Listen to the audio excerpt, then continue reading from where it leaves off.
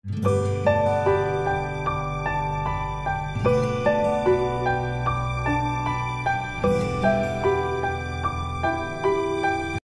to the next session of English, and today we are going to take up one chapter from your reader book.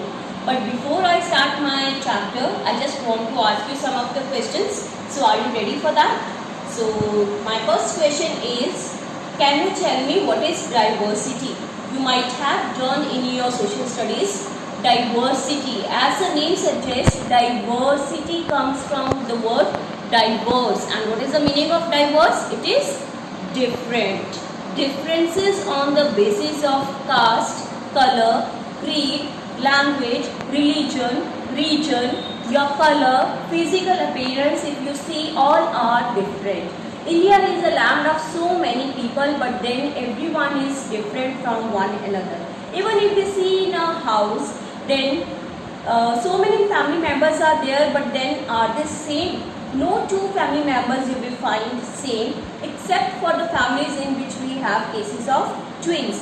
There might be difference in the variation in the colors also. If your color is fair, it is not possible that it is not necessary that your brother's or your sister's color will also be fair.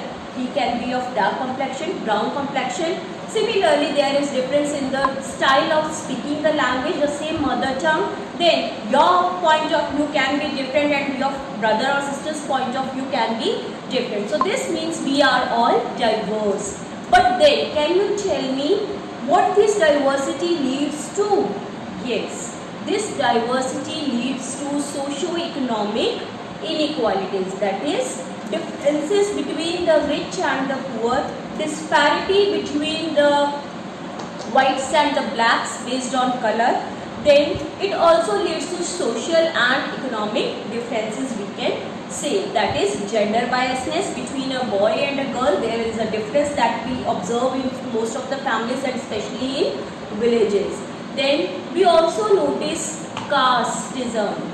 4 castes we have in India, you might be knowing, and then we start dividing people on the basis of caste. There is also leads to inequalities in various people. For example, the people of lower caste, for example, if I talk of scheduled caste and scheduled tribes who are less in number, they were, if we talk about the older times, at the time of Gandhiji, they were not allowed to enter the temples. They were not having the right of education, and then they were taken as inferior. They were not allowed to roam here and there in the common area where the other class people were allowed to move. So they were restricted to their own area. So these type of differences are there and we see in our Indian society. But then some of the reformers came forward and just fought for these causes. For example, Gandhiji was there who fought for inequality. He called the scheduled caste and scheduled tribe as Harijans. Harijans means people of single one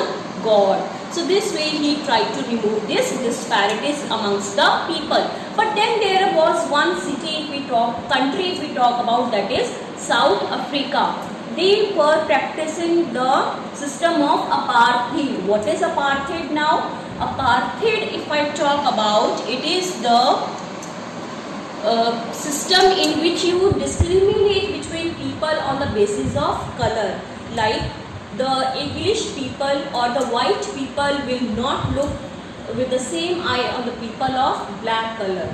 So there are just so many differences between the white people and black people, and this is known as, these differences between the white and the black due to color is known as apartheid, and it was very much prevalent in South Africa.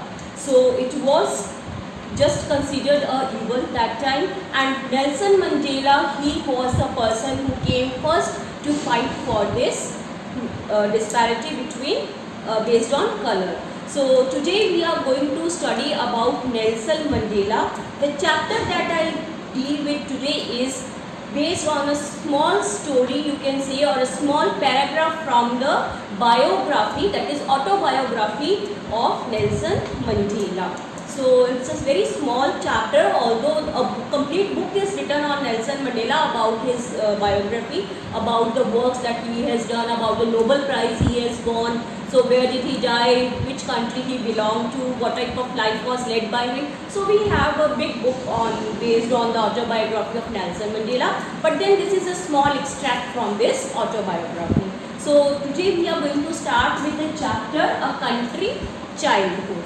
So let's read this chapter. It is very interesting and you will learn so many moral values in this. And you will also come to know the meaning of courage in the last paragraph. So let us study something about Nelson Mandela.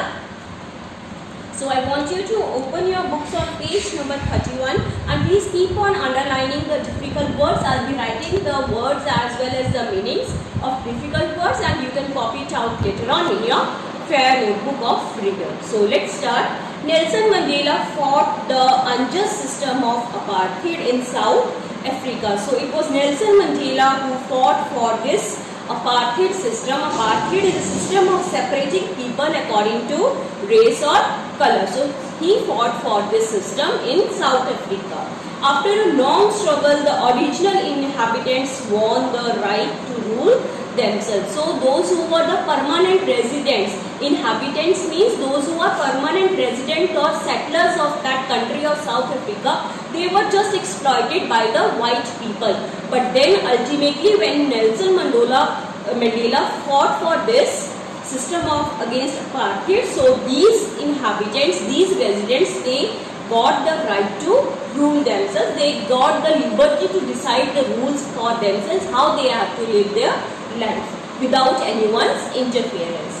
Nelson Mandela became the first African president of the nation. So he became the first American president of the nation. Now read this excerpt from his biography. So this is a short passage from his biography. Excerpt means small extract, as we have in the poem, the small stanzas are there. So this way, this is a short passage from his biography. Just note down the meanings of inhabitants. Inhabitants. What does it mean? It means permanent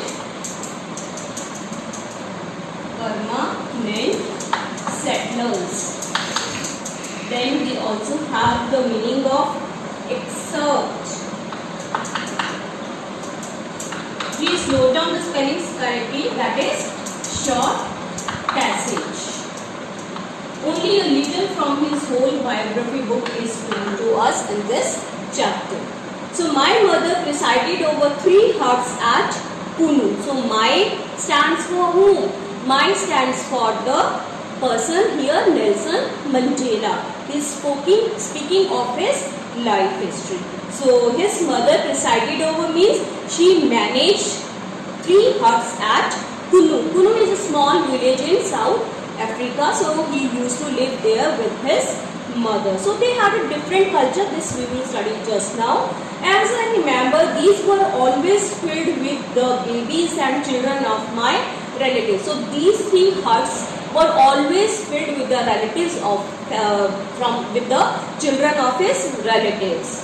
In fact, I hardly recall any moment as a child when I was alone. So if you have so many children in the house of your relatives, will you feel alone? No. So he was always engaged with so many of the relatives. In African culture, the sons and daughters of one's aunts or uncles are brothers and sisters, not cousins. Just as in India we call our brothers and sisters of our uncles and aunts as cousins. हम अपने चाचा ताई के बच्चों को क्या बोलते हैं? Cousins बोलते हैं. But in African culture, they are not treated as cousins, but they are considered as our own brothers and sisters. We have no half brothers or half sisters or aunts or uncles. So in their tradition, they don't call their relatives as aunts or uncles, but they call them as father and mother and treat their children as their own brothers and sisters. So there is no concept of half brother or half sister, that is cousins. So my mother's sister is my mother. Your mother's sister is what we call in India Masi, but then they call her as their mother. So my uncle's son is my brother. Uncle's son means he's not cousin, he is treated as brother. My brother's child is my son. So your brother's, this means his brother's child, that is आपके चाचा जी का बेटा क्या लगा उनका? son, ना कि भतीजा. हम यहाँ पे क्या बोलते हैं चाचा जी के बेटे को? son बोलते हैं, लेकिन but we treat him as our भतीजा, we call it as भतीजा, but then there they treat him as our own son, because uncle, chacha is known as uncle in our tradition, so we don't call him chacha, we call him just like a father. So obviously his son will be our brother and he will be our son. Of my mother's 3 huts, one was used for cooking. So they had 3 huts at that time. So 3 huts were used for different purposes. Like one was used for cooking, one was used for sleeping, please underline, and one was used for storing. Because if you have such a large family, if so many relatives are there staying with you, then you need large amount of food material. So there should be a place to store all these things required by you daily. So one hut was used for the storage purpose of these things. In the hut in which we slept, there was no furniture in the proper sense. So they were very poor, and there was no furniture like bed we have these days. So they just slept on what? They slept on the mats and they sat on the floor. So we slept on mats and sat on the ground. I did not discover pillows until much later. So just as we use pillow, so they were not having anything like pillow. So my mother cooked food in a 3-legged iron pot over an open fire in the center of the hut or outside. And mother used to cook food in the what? It is known as 3-legged, you can underline, iron pot. In older times, if you have seen your grandparents cooking food, they used to use what we call in Hindi as angithi, and it is known as what? It is made up of iron pot and it had 3 legs. In some villages, if you go, you can still find that over there. I can show you, it's there. Just see, it had 3 legs and it is made up of iron. This is angithi that we call, and mother used to cook food on this 3-legged iron pot. Over an open fire in the center of the hut, in the center or even outside, as depending upon the weather. Everything we ate, we grew and made ourselves. So whatever was required for eating, they grew it themselves. They did the cultivation of the crops for themselves and they also prepared it themselves. So mother used to do all the work for whatever was required for eating. From an early age, I spent most of free time in the veld. Now, what is veld? He said, Nelson Mandela is saying that from very small age, he had spent most of his time in an open veld. What is veld? A veld is an open area, we call it as open grassland, where small shrubs are there or grass can be grown, and it is a very open type of a field. You can see open grassland in the South Africa is known as veld. Playing and fighting with the other boys of the village. So what was his basic hobby? He used to play and fight with the other boys of the village whole day.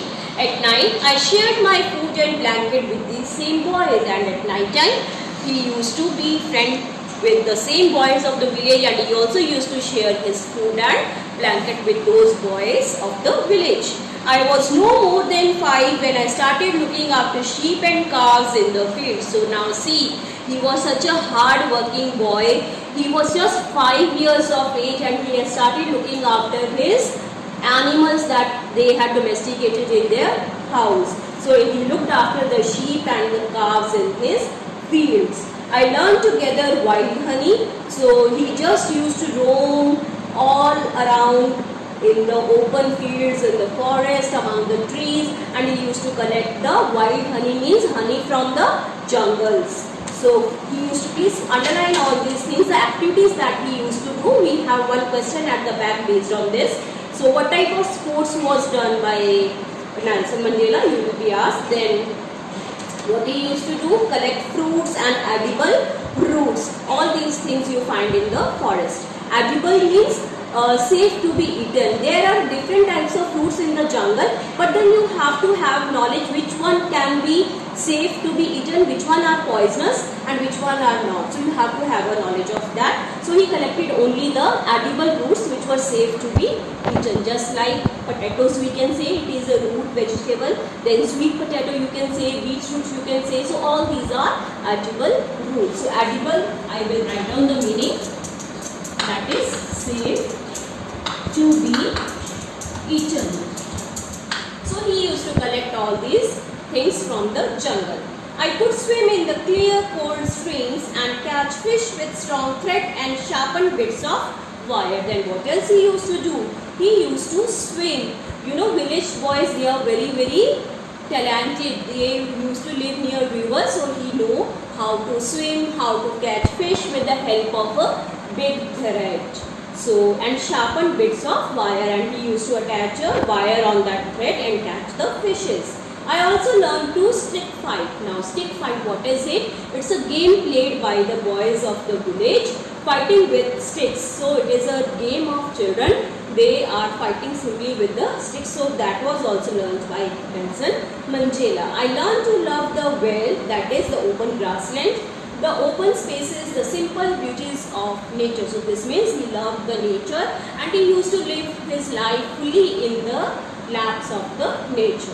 The clean line of the horizon. So what he loved is clean line of the horizon is a line where the land and the sky seem to meet. So that line can be seen in South Africa, and he loved to see that line where it seems that sky and the land is just meeting each other.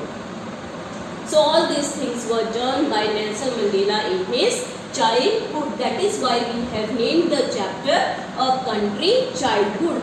How Nelson Mandela spent his childhood in the country of South Africa. So we are studying all these things about his childhood days. As boys, we were mostly left to ourselves. We played with toys that we made ourselves. So then it's not the ready-made toys as we used to play with, but then he used to make his toys by himself, made out of wood, as he was there in the open grasslands, in the jungles. So he made his own toys. He made animals and birds out of clay. So since they were always there in the clay, in the sand, in the mud, so he used to make his toys with the help of the clay also. Many types of animals, the shapes of animals was made by him, and then bird shape was also made by him. We made ox-drawn sledges out of tree branches. Then I have already told you, since he was there in the forest playing with the trees, so out of the branches of the tree he used to make what? Ox-drawn sledges. Now what are sledges?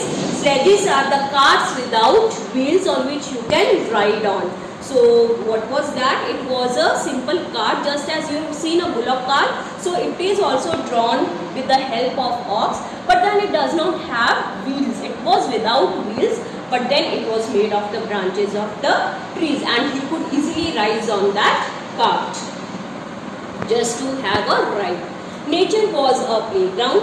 We sat on flat stones and slid down the face of the large rock. So what he used to do? He used to sit on different types, different shapes of the stones were there in South Africa, and he used to sit on the flat stone, and then he used to take a slide down from the large big stone without caring if he is being hurt.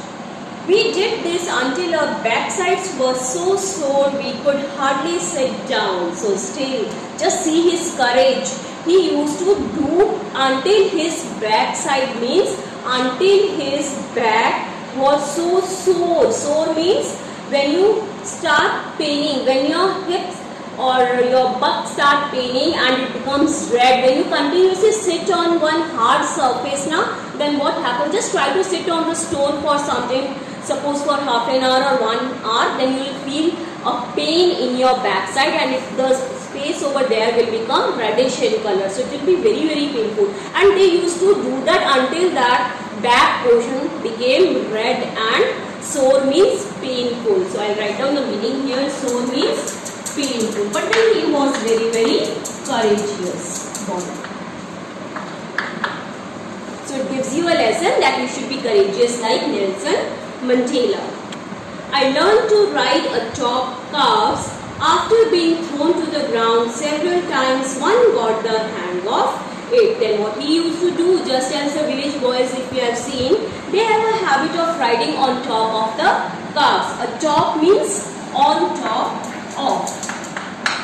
On top of the calves. And he continued that until they were thrown off. Obviously once or twice, so you will fall, only then you will learn the technique how to ride on the calves. So he said one got the hang of it, means until you learn the technique of how to ride on the calves, he continued till then. So ultimately he learned how you can ride on the calves. So this means you should go on trying and trying without fearing of the consequences or results. Even in your daily life we learn it that we should not stop trying, we should just keep on trying, and the solution will be ultimately there in our hands. When Nelson Mandela grew up, he became the leader of the African people. He was a loving man who made friends wherever he went. So he was of a very friendly nature. When he grew up, he made lot of friends. He was a loving man. His one-time assistant Jesse Duarte relates these incidents about him. So he had one assistant, that is a helper when he grew up, and his name was Jesse Duarte. He relates these incidents about him. So he relates a story, one of a small incident from Nelson's life. He was with him one day. He always made his own bed no matter where we traveled. So he states that wherever we went together, he has always seen Nelson Mandela preparing his own bed. How many of you prepare your own bed? It's a very good habit. If you prepare your own bed, you should not rely everything on your mother, because mama has lot of work to do at home. So you should at least do some of the things yourself, as you can just prepare your bed for yourself. Then you can fold your bed sheets. Then you can arrange for the pillows, keep the water bottle for you and for your family at night. So all these small things you can help along. So he had a habit of always preparing the bed for himself. I remember we were once in China in a luxury hotel. So he remembers, he narrates the incident when they were once in a very luxury, means costly hotel in China. So once they were in China in a very luxurious hotel, and I said to him, please don't make your own bed because it is against the Chinese hospitality. So what does Jesse Duarte says? He says that I requested Nelson Mandela that please you don't have to prepare your bed yourself here in this hotel, because it is against the laws of the Chinese hospitality. Means they are so nice people, they want that every guest who come in their hotel, they will treat them as a kings and queens. They just do the hospitality, means they just treat them in a friendly manner, welcoming behavior towards a guest. We call it as hospitality. So it was against their Chinese hospitality. So it was that they will only come and arrange your bed, so you need not arrange your bed. So at that, what Nelson Mandela's reaction was, let us see.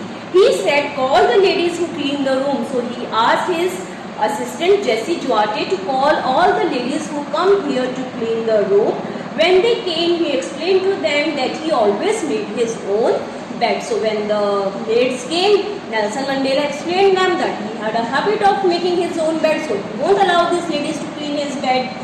They should not feel insulted, and he also told them that you should not feel insulted. It is my own wish that I want to make my own bed, and that is why I am requesting you to please excuse me for this. He didn't ever want to hurt people's feelings. So he was very kind, loving natured man. He didn't want to hurt the feelings of the people. Here is an incident told by Richard Stangel, who worked with Mandela on his autobiography. Then we are given a reference to Richard Stangel. Who was he? He worked with Nelson Mandela on his autobiography. When he was writing his autobiography, Nelson Mandela, so this person, Richard Stangel, he was there with this person Nelson Mandela to help him write his autobiography. Then he also narrates one incident. It happened on an aeroplane trip in Natal in South Africa. So what happened when they were traveling once in an aeroplane? So it's a scene of an aeroplane. What happened when they were traveling? As soon as Mandela boarded the aeroplane, he picked up a newspaper and read everything in it. So what happens, one day they are traveling, and as usual what we do when we board the aeroplane or the train or the bus, we usually have a habit of reading the newspaper. So the same thing was done by Nelson Mandela. What is boarded? Boarded is when you enter the aeroplane or the bus wherever you travel, and read everything in it. I was sitting right across him and he pointed out of the window. So he says that Richard Stangl, I was sitting just beside him and he just pointed towards the outside of the window and asked me to see outside the window. I saw to my horror that the propeller had stopped working. So what does Nelson Mandela wanted to show him? He wanted to show Richard that the propeller had stopped working. Now what is propeller? Propeller is engine of a aeroplane. So he said that it had stopped working. He said calmly, Richard, would you like to inform the pilot that the propeller isn't working? So he asked his helper, the person Richard, to go and inform the pilot of the aeroplane that the engine has stopped working. I walked to the front of the plane and found that the pilot was well aware of it. So he goes to the pilot, Richard, and he informs him. And the pilot says, I know that. So it's better you just go and sit down on your seat. He asked me to go back to my seat and sit down. Now he means pilot. So he asked Richard to go and sit down on his seat. They had called the airport and the ambulances were there. So the arrangements had already been done by the pilot. The ambulances were already being called over there. I went back and told Mandela that. So he went back to Nelson Mandela and he told all the things that were done and told by pilot to Richard. He just listened and said yes. So Nelson Mandela said it's okay then. The plane landed without any trouble, and then the plane landed where they had to reach Natal without any problem. Nelson remained calm throughout the trip, but then Richard observed that Nelson was not at all fearful. He remained calm throughout his trip. He never changed his expressions when we are fearing something. So what are our expressions? Our face become white, pale, and then our eyebrows are sometimes like this, and then we are very, very scary. We don't move from our place, we don't talk. So all these expressions were not shown by Mandela. He was simply sitting calmly and quietly. As he came out of the airport, he said, I was really scared up there. Now he reveals the fact. Nelson Mandela says, just as everyone, I was also scared in the aircraft. But did you notice that? So this is the real thing. Then I realized that this is what courage is all about. So Richard says, then I realized what actually courage is. So courage is what? Please underline. Courage is not about not being scared. ऐसा नहीं है कि हमें डरना नहीं चाहिए. It's good if we are scared of something. Only then we can think of any solution. Courage is not being scared. Not being scared.